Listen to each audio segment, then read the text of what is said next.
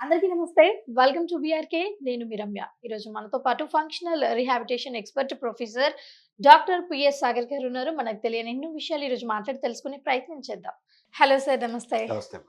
So, PRP treatment ఈ మధ్య కాలంలో ఎక్కువగా కూడా యూజ్ చేస్తున్నారు. అంటే జాయింట్ పెయిన్స్ కావచ్చు, లేకపోతే హెయిర్ రీగ్రోత్ కూడా ఎక్కువగా యూజ్ చేస్తున్నారు. అంటే హెడ్‌కి కూడా యూజ్ చేస్తున్నారు పీఆర్‌పీ. అవును. అసలు ఈ పీఆర్‌పీ ప్రాసెస్ ఎలా ఉంటుంది? ఇది చేయడం మంచిదేనా? యెస్ మా. ఇది చాలా ఇంపార్టెంట్ టాపిక్ మా. ఎందుకంటే ఈ మధ్య విపరీతంగా దీని గురించి యాడ్స్ అనేవి ప్లే అవుతా ఉన్నాయి. అవును. అన్నిటికి సొల్యూషన్ అన్నట్టు హెయిర్ ప్రాబ్లమ్ కానీ, హ్మ్. జాయింట్ పెయిన్స్ కానీ, బ్యాక్ పెయిన్ కానీ ఏ రోగానికైనా కూడా పీఆర్‌పీ చేస్తే తగ్గిపోతుందన్నట్టు చెప్తా ఉన్నారు. హ్మ్. సో, పీఆర్‌పీ ఫుల్ ఫార్మ్ ఏంటంటే ప్లాస్మా రిచ్ ప్రోటీన్. హ్మ్. అంటే మీ బ్లడ్డే తీసుకొని హ్మ్. దాన్ని సెంట్రిఫ్యూగల్ మెషిన్స్‌లో పెట్టి దాంట్లో ఉన్న ప్లాస్మాని సెపరేట్ చేసేసి, ఆ ప్లాస్మాని మీ జాయింట్స్‌లో మీకెక్కడ ప్రాబ్లమ్ ఉందో అక్కడ ఇంజెక్ట్ చేయడం. హ్మ్. సో, ప్రాబ్లమ్ ఏంటంటే మనం లోపట ఉన్న డిసీజ్‌ని మనం చేయట్లే. హ్మ్. ఇప్పుడు సపోజ్ జాయింట్ పెయిన్స్ వచ్చాయనుకోండి. హ్మ్. యాసిడ్సో, యూరిక్ యాసిడ్సో చెప్పాం గదా! హ్మ్. ఆటో ఇమ్యూనిటీ కండిషన్స్ వల్ల హ్మ్. వచ్చి అది డ్యామేజ్ అవుతా ఉంది. హ్మ్. మీ ఇంటర్నల్‌గా హెయిర్ గూడా జెనెటిక్ రీజన్స్ వల్లనో, హ్మ్. డెఫిషియన్సీస్ వల్లనో, ఇన్‌ఫ్లమేషన్ వల్లనో రకరకాల కారణాల వల్ల అవుతుంది. హ్మ్. సో, ఇప్పుడు మనం ఇవి లోపట ఉన్న ఇంటర్నల్ కారణాలని మనం ఫిక్స్ చేసామా? హ్మ్. అంటే చేయలేదు. హ్మ్. అర్థమైంది కదమ్మా! హ్మ్. సో, డ్యామేజ్ చేసే వ్యవస్థల్ని మనం ఏమాత్రం గూడా అడ్రెస్ చేయలేదు. హ్మ్. ఇప్పుడు సపోజ్ ఈ గోడ లీక్ అవుతా ఉంది. హ్మ్. సో, మనం గోడ లీకేజ్ మనం ఫిక్స్ చేయకుండా హ్మ్. దాని మీద సిమెంటో, స్టీలో పెడితే ఉంటదా అది? ఎంతకాలం ఉండదు. ఉంటది? ఉన్న హ్మ్. కొంతకాలమే ఉంటుంది. హ్మ్. అంటే మనం అండర్‌లయింగ్ కండిషన్స్‌ని హ్మ్. ట్రీట్ చేయకుండా సూపర్ఫిషియల్‌గా మనం థెరపీస్ చేయడం వల్ల అదొక టెంపరరీ రిలీఫ్ కోసమే పనిచేస్తుంది. హ్మ్. యాక్చువల్‌గా పీఆర్‌పీ సంబంధించిన ట్రీట్మెంట్ అంతా ఫంక్షనల్ మెడిసిన్ సంబంధించిన ట్రీట్మెంట్. హ్మ్. ఈ మధ్య ఎక్కువ మంది అలోపతి డాక్టర్స్ హ్మ్. ఇది ఒక సర్టిఫికేట్ కోర్స్ చేసేసి వాళ్ళు చేసేస్తా ఉన్నారు. ఈవెన్ హ్మ్. ఇండియన్ మెడికల్ అసోసియేషన్ వాళ్ళు గూడా దీన్ని అపోజ్ చేస్తున్నారు. ఇది చేయకండి. మీ వైద్యం సంబంధించిన ట్రీట్మెంటే కాదు. సో, హ్మ్. చాలామంది డాక్టర్స్ ఈ జస్ట్ ఒక సర్టిఫికేట్ కోర్స్ చేసేసి వాళ్ళు విపరీతంగా ఎందుకంటే జనాలు విసిగిపోయారు. హ్మ్. మెడిసిన్స్‌తోని విసిగిపోయారు. హ్మ్. సర్జరీస్‌తో విసిగిపోయారు. ఇంకేమైనా ఆల్టర్‌నేట్ ట్రీట్మెంట్ ఉందా అని ఎతుకుతున్నారు. సో, దాన్ని ఎక్స్‌ప్లోయిట్ చేయడానికి ఈ ట్రీట్మెంట్స్ బాగా పనిచేస్తున్నాయి. హ్మ్. సో, మేమెప్పుడు చేస్తాం పీఆర్‌పీ మీకు అండర్‌లయింగ్ కండిషన్ ఇప్పుడు ఆ గోడలో లీకేజ్‌ని ఫస్ట్ ఫిక్స్ చేసి, హ్మ్. మనం మీద నుంచి ఏదైనా ట్రీట్మెంట్ చేస్తే అది హ్మ్. స్టాండర్డైజ్డ్‌గా ఉంటుంది. హ్మ్. సో, లోపట ఫంక్షనల్ మెడిసిన్‌లో మనం డైట్ ద్వారా, మెడిసిన్ ద్వారా హ్మ్. లోపటున్న అండర్‌లయింగ్ కండిషన్స్ ఏవైతే కాజ్ ఆఫ్ డ్యామేజ్ ఉందో, హ్మ్. దాన్ని ఫిక్స్ చేసి ట్రీట్మెంట్ చేస్తే ఎలా ఉంటుంది? బావుంటుంది. అంటే సో, కొంచెం లాంగర్ లాస్ట్ ఉంటుంది. లాంగ్ లాస్టింగ్ ఉంటుంది. అంటే వచ్చిన రిజల్ట్‌ని మళ్ళీ కాపాడుకోవడానికి డైట్, లైఫ్ స్టైల్ ఇవన్నీ సీరియస్‌గా పాటించాలని పేషెంట్స్‌కి హ్మ్. చెప్తాం.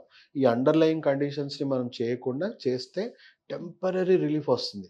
ఈ టెంపరరీ రిలీఫ్‌కి పీఆర్‌పీ అవసరం లేదు. మా హ్మ్. ట్రీట్మెంట్‌లోనే పాయింట్ ఇంజెక్షన్ థెరపీ అని ఉంది. హ్మ్. నరాలకు సంబంధించిన సమస్య ఉన్న వాళ్ళకి కొన్ని ఇంపార్టెంట్ అక్యుపంక్చర్ పాయింట్స్‌లో మేము బీ12 ఇంజెక్షన్స్ ఇస్తాం.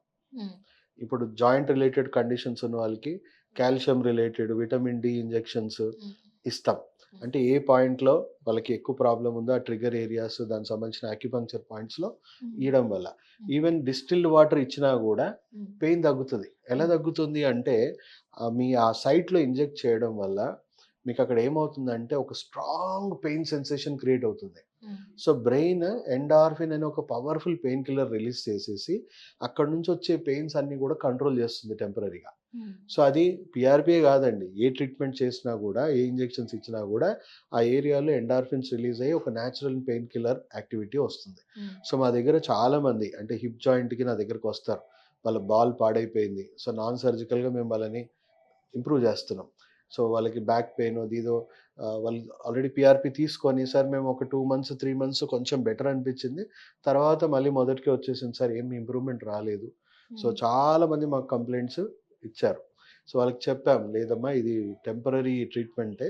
మీకు రూట్ నుంచి మీకు అడ్రెస్ చేయలేదు కాబట్టి ఇది మీకు వస్తే టెంపరరీ రిలీఫ్ వస్తుంది. లేకపోతే ఆ మాత్రం రిలీఫ్ కూడా రాదు. ఎందుకంటే క్రానిక్ ఉందనుకోండి, అక్యూట్ ఉంటే కొన్ని రోజులు రిలీఫ్ ఉంటది. హ్మ్. క్రానిక్ ఉంటే అది కొన్ని రోజులు గూడా ఎక్కువ కాలం గూడా పెయిన్ మేనేజ్‌మెంట్‌కి హెల్ప్ అవ్వదు. హ్మ్. సో, మనం అండర్‌లయింగ్ కండిషన్‌ని మనం ఫస్ట్ ఫిక్స్ చేయాలి. దానివల్ల డ్యామేజ్ చేసే వ్యవస్థలు నిర్వీర్యం అవ్వాలి. హ్మ్. అండ్ డ్యామేజ్ చేసేది కాదు రివర్స్ చేసే మనం ఎండుకొమ్మలుగా మారిపోయిన ఆ జాయింట్స్ కానీ, లేకపోతే ఆ హెయిర్ గానీ దానికి తగిన టార్గెటెడ్ న్యూట్రిషన్ ఇవ్వాలి. ఆ టార్గెటెడ్ న్యూట్రిషన్ ఇచ్చుకుంటూ మనం పీఆర్పీ ట్రీట్మెంట్ కానీ లేకపోతే బేసిక్ యాక్యుపంక్చర్ ట్రీట్మెంట్ ఇచ్చినా కూడా అది పనిచేస్తుంది. ఎందుకంటే మీ బ్లడ్లోనే రిపేర్ చేసే వ్యవస్థను తయారు చేసాం. ముందు అర్లియర్గా ఏముంది, మీ బ్లడ్లో డ్యామేజ్ చేసే వ్యవస్థ ఉంది కాబట్టి డ్యామేజ్ అయింది. దాన్ని మనం ఫిక్స్ చేసి మీ బ్లడ్లోనే రిపేర్ చేసే వ్యవస్థని మనం డెవలప్ చేసి అదే బ్లడ్ ఫ్లోని మీకు ఎఫెక్టెడ్ ఏరియాస్లో మనం సర్క్యులేషన్ పెంచితే అదే రిపేర్ చేసుకుంటుంది కదా. దాన్ని బయటికి తీసి మళ్ళీ వేయాల్సిన అవసరం ఏముంది. అదే మేము యాక్యుపంక్చర్లు చేస్తాం. యాక్యుపంక్చర్లు ఏ ఏ మెడిసిన్ ఇవ్వాల్సిన అవసరం లేదు.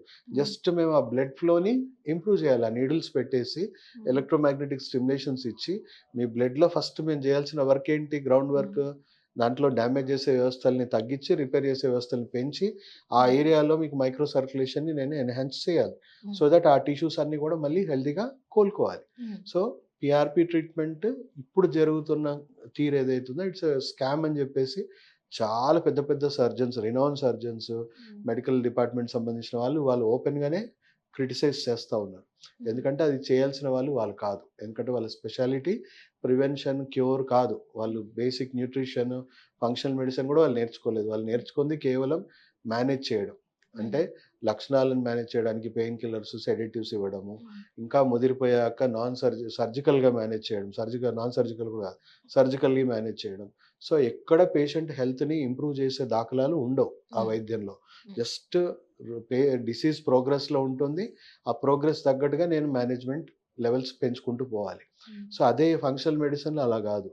ఏ స్టేజ్లో మీరు వచ్చినా ఇంకొక స్టేజ్ వెళ్ళకుండా ఫస్ట్ మీకు ప్రివెన్షన్ ఎలా చేయాలి, మీకు అసలు ఏ కారణాల వల్ల మీకు ఈ డిసీజ్ మేనిఫెస్ట్ అయింది, మీ జీవనశైలిలో తప్పులేంటి, మీరు ఆహారంలో మీరు చేస్తున్న తప్పులేంటి, ఒకవేళ మీరు బాడీలో సివియర్గా డెఫిషియన్సీస్, ఇంబ్యాలెన్సెస్ ఉంటే ఎలా డీటాక్సిఫై చేయాలి, ఎలా దాన్ని ఫిక్స్ చేయాలి చేసుకుంటూ మీ బాడీలోనే డ్యామేజ్ చేసే వ్యవస్థ తగ్గించి రిపేర్ చేసే వ్యవస్థను పెంచి అప్పుడు ట్రీట్మెంట్ చేస్తే ఎలా ఉంటుంది. సో ఇది సింపుల్ లాజిక్, అందరూ తెలుసుకోవాలి. అనవసరంగా లక్షలు వేలు ఖర్చు పెట్టేసి టెంపర్ రిలీఫ్ కూడా రాకుండా వాళ్ళు మోసపోతూ ఉన్నారు. సో మేమైతే అసలు చెప్పాలంటే మా ట్రీట్మెంట్ ఇది, బట్ మేమే ఎండోర్స్ చేయట్లే. ఎందుకు రక్తం బయటికి తీయాలి, ఎందుకు ఎక్కించాలి, అది మీ బ్లడ్లోనే మేము చేసేసి మీ బాడీలోనే ఫిక్స్ చేసి అదే బ్లడ్ సర్క్యులేషన్ లోపటనే మేము పెంచితే అయిపోయింది కదా. దాన్ని తీసి ఇంత డ్రామా చేయాల్సిన అవసరం ఏముంది. Okay sir, thank you so much. అంటే ఇప్పుడు అర్థమైంది అసలు పిఆర్పి మన బాడీకి ఎంత డేంజర్ ఉండదు. అంటే అది ఓన్లీ టెంపరీగా మాత్రమే హెల్ప్ అవుతుంది, లేకపోతే లేదు. ఇక్కడ ఒక పేషెంట్కి ఏమైందంటే పిఆర్పి ఇంజెక్షన్స్ తీసుకున్నారు. తీసుకోవడం వల్ల మొత్తం డీహైడ్రేట్ అయిపోయి జాయింట్ ఇంకా ఫ్యూజ్ అయిపోయి, అది వేరే కారణాల వల్ల అయ్యిండొచ్చు, బట్ తను ఇప్పుడు కూడా కోలుకోలేకపోతుంది. మనం ఆ ట్రీట్మెంట్ చేయడానికి కూడా ఫిట్ ఎనఫ్ లేదు. తను అంత డ్యామేజ్ అవుతా ఉంది దానివల్ల. ఓకే అండి, thank you so much. Welcome.